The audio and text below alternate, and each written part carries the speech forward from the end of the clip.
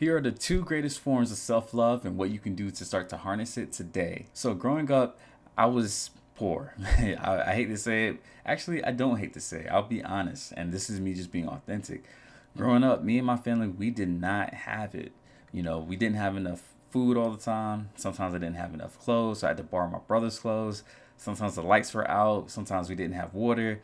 Like growing up was tough, and I was one of five kids. So in the house we had seven people, and sometimes we had to double up in terms of the rooms and all that stuff. So growing up, things were tough, and if you ever grown up like that, you know what it's like. At first, it seems normal until you see the friend or you go visit a friend who has the big house, the nice cars, the nice clothes, and all this other stuff, right? The nice shoes. And then you start to see, wow, we're really living in the gutter, you know what I mean? And it can be tough, if you will. But I will say that is something that actually made me who I am today because I built that resiliency and also that motivation that I've gotten from going through tough times actually shows me what it is that I want out of life. But all of that is for a different story. The main point that I want to get with this is growing up the way that I did, I developed a scarcity mindset. So when I developed the scarcity mindset, I treated dollars, coins, money, all that stuff as if it was like the holy grail and I couldn't let go of it. If I ever went to a restaurant, I always told them, hey, just give me the water. I don't want to drink because I knew the bill would be cheaper. That was the kind of mindset that was instilled in me because I knew if I let go of this dollar, there's a chance that this dollar wouldn't come back to me for a very long time. So I took that mindset and it followed me up until honestly when I became an entrepreneur. And I came across a really great opportunity. And I actually had to ask one of my friends about this opportunity because it was really, really expensive. So at the time, I was quitting my job and I came across this conference that was going to be in Orlando. And it was called Funnel Hackers Live. And if you've seen the YouTube video, you can see that I'm wearing the shirt. And to go to this conference, it cost $1,000. And I'm sitting there like, yo, like that's almost my rent, right? $1,000 at the time was a lot of money. And, it's all relative to who you are. But I knew that that was a lot. So I had to ask my friend first, who I knew has spent money on events like this. I had to ask them, do you think it's worth it? And without hesitation, they said, yes, look, you should go. And she said, you should not only just go because of the information that you're going to get, but you should go because you are simply worth it. And that's when it hit me. I was like, you know what? I am worth $1,000. Because here's the thing. At the time, I was spending thousands of dollars on my teeth. I had to get root canals. I had to get crowns. I had to get braces. Like I had to get fillings. I had to get so many things. And I'm like, yo, I'm giving this doctor's office thousands of dollars each year for my teeth. And yes, it is for me, but still, I'm giving them a lot of my money. So I said, hey, the next time I made a deal with myself, I said, the next time I spend $1,000 outright, it's going to be for me. All right. Whether it's investing in stocks or investing in my business. And the first time it was in stocks, and I bought Amazon back in like 2017. I bought a few shares of that for a couple $1,000s, and it's doing well, as you can imagine. But that's neither here nor there.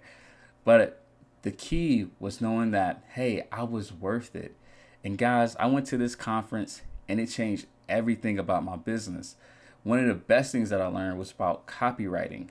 Copywriting is a skill that honestly helps you to be able to connect with your audience in a way that makes you seem attractive. Once you get them to stop and read your content, they're going to feel more almost like involved, not involved, but invested in you, if you will. They're going to feel connected. That's the word that I'm looking for. So it was great. It was amazing. And when I left that conference, I had this epiphany. I had the epiphany that if I go and spend large amounts of money on myself, I can actually get large amounts of money in return back for me. So as a result, I am not afraid of investing. Actually, I'm very quick to invest now because I know the type of mindset that I have. And this is another thing. This is not for this podcast, but maybe I'll make another episode for this. But you have some people who are willing to spend high dollar amounts because they know they're going to make this service, this product work for them. They're not going to sit back and just kind of like, not be involved, if you will, right? I don't, and it depends on the service that you're buying. You do have some done for you services, but then also you have some done with you or do it yourself services. And we receive coaching, that's a do it with you service. It can be do it for you, but most times it's a do it with you. Meaning I'm gonna sit with you, give you the content, give you the information, but then you gotta go and act on it. And for people who are willing to spend that large amount of money, sometimes 5, 10, I was given an offer to buy something for $20,000 a year, and that's another story too. But that right there is what separates people from being really, really great at what they do and then just being okay. And this actually really sets the point. And I heard this in church. There was this sermon, this scripture that I heard in church, and I want to share this with you. So it comes from Matthew chapter 6, verse 21. And it says, "For where your treasure is, there your heart will also be." Think about that. I'm going to read it again. "For where your treasure is, there your heart will be also." And that's Matthew chapter 6, verse 21. What does that mean? That means wherever you're putting your money, that's what you deeply care about. So if you're putting your money into PlayStation, Xbox, or let's say, Jordan, if you like Jordan shoes, which I do, right?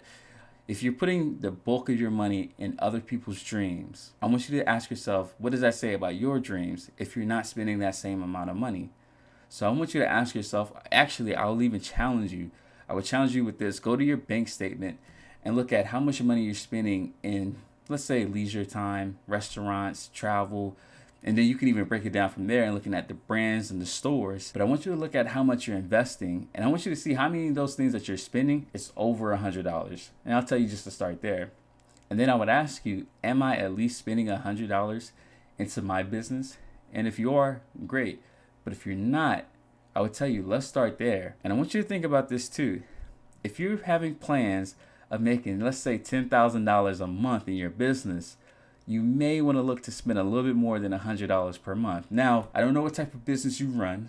There's a good chance you could spend $100 and you can get 100x that, but it can be very unlikely.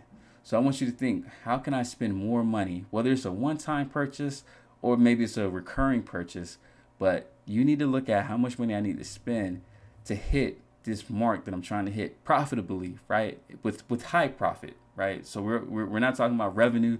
We're talking about the net, if you will. So why am I telling you all of this? Well, the first greatest form of self-love is investing in yourself. When you're presented with an opportunity from a coach, a business, whatever it is, an organization, and they're telling you, hey, to work with me, it's going to be 1,000, 5,000, 20,000, right? And in some cases, it's way more than that. I want you to look at it in terms of an investment in yourself and not a loss. I don't want you to think that you're giving money away that you won't get back in return. That's the value exchange that we make in the marketplace each and every day. So let's take it when you go to Walmart or Publix. When you go there to buy a bag of apples, you have to give them a few dollars to get these bag of apples. And you're okay with making that exchange because you see it as worthy. Now, I want you to think about that in terms of yourself. If you give, let's say, $1,000 to a marketer, to a salesperson who's going to teach you a skill, I want you to think what you would be able to do once you get that skill. Because here's the thing I absolutely freaking love when it comes to investing in ourselves. You're going to get a skill that's going to last you for a lifetime. Now, think about if you add 2 skills or 3 skills, right? When you do that, it has this multiplying effect. One skill that I think is absolutely amazing for people in business to have is the skill of storytelling. If you can tell stories, people will absolutely love your content and they'll stick around to hear you more than the average Joe. When people come and they want to hear information from, let's say, a webinar or a course or whatever it is, they want to hear the stories. And there's been books that I've read that talked about how it's the stories that people remember. Not necessarily the concepts, if you will. One of my favorite stories is from Roger Bannister. And I'm not going to go into detail because that's a whole nother topic. But I'll tell you to check that guy out. But the very first form, one of the greatest forms of loving yourself and showing yourself that you're worthy is investing in yourself. So my challenge to you would be to increase your investments right now by 20%. So if you spend $100 on yourself per month, let's do 120. That's not a big jump. If you're already at 500 or let's say 1,000, invest 20% more. And let's see what happens with your business. Here's the second greatest form of self-love. And I'll tell you about a story about when I quit my job, the mindset that I had as I was leaving. So I worked as a high school counselor for about 4 years, and I did that here in South Florida. And it was great for the time that it lasted, but I was definitely ready to leave to find more fulfilling ventures, if you will.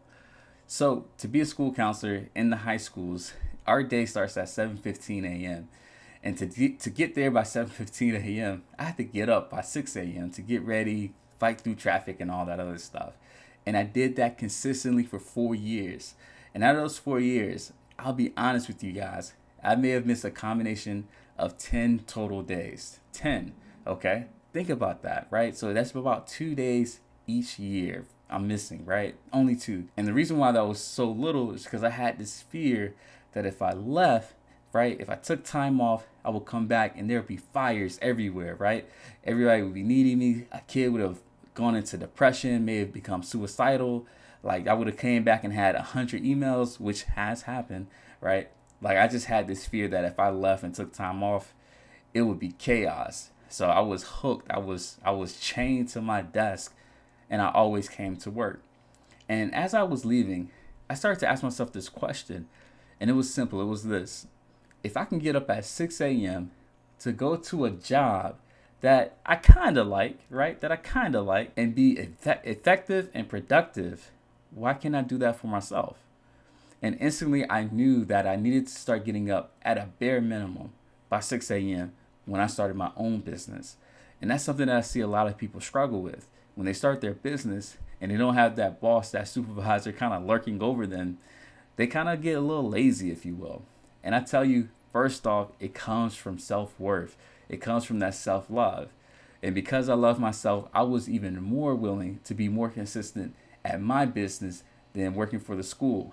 Even though, hey, I love the kids, I love the people that I work with. Trust me when I say that is someone else's dream and vision, right? It's the superintendent's dream and vision. It's your principal's dream and vision.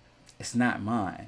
So when it comes to my dreams, I have to be willing to put in even more work than what I did for someone else. So the second greatest form of self-love is consistency.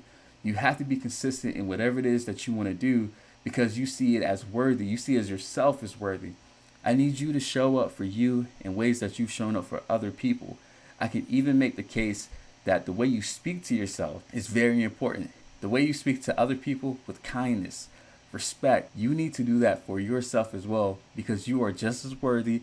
And I can make the case that you're even more worthy, but hey, we're not going to go there. But you're just as worthy as your friends, the customers that you're serving, your mentors, everybody. So I need you to be just as consistent. So these are the two greatest forms of self-love, and I see it every freaking day. People struggle with this, especially my entrepreneurs.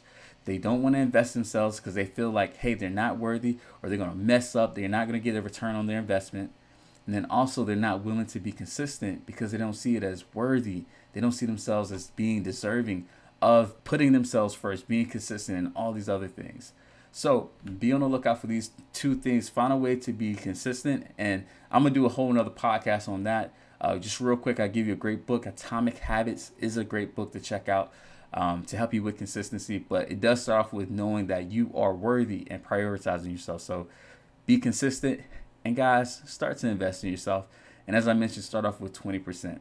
So if you love this podcast, if you felt like, man, Coach Wells is giving me a lot of great gems, like, comment, and subscribe, especially the subscribe part, because every time I put out a podcast episode, I want you guys to hear it. I don't want you guys to miss any of this good stuff. So this is Coach Wells. I'm a licensed therapist, and thank you for joining.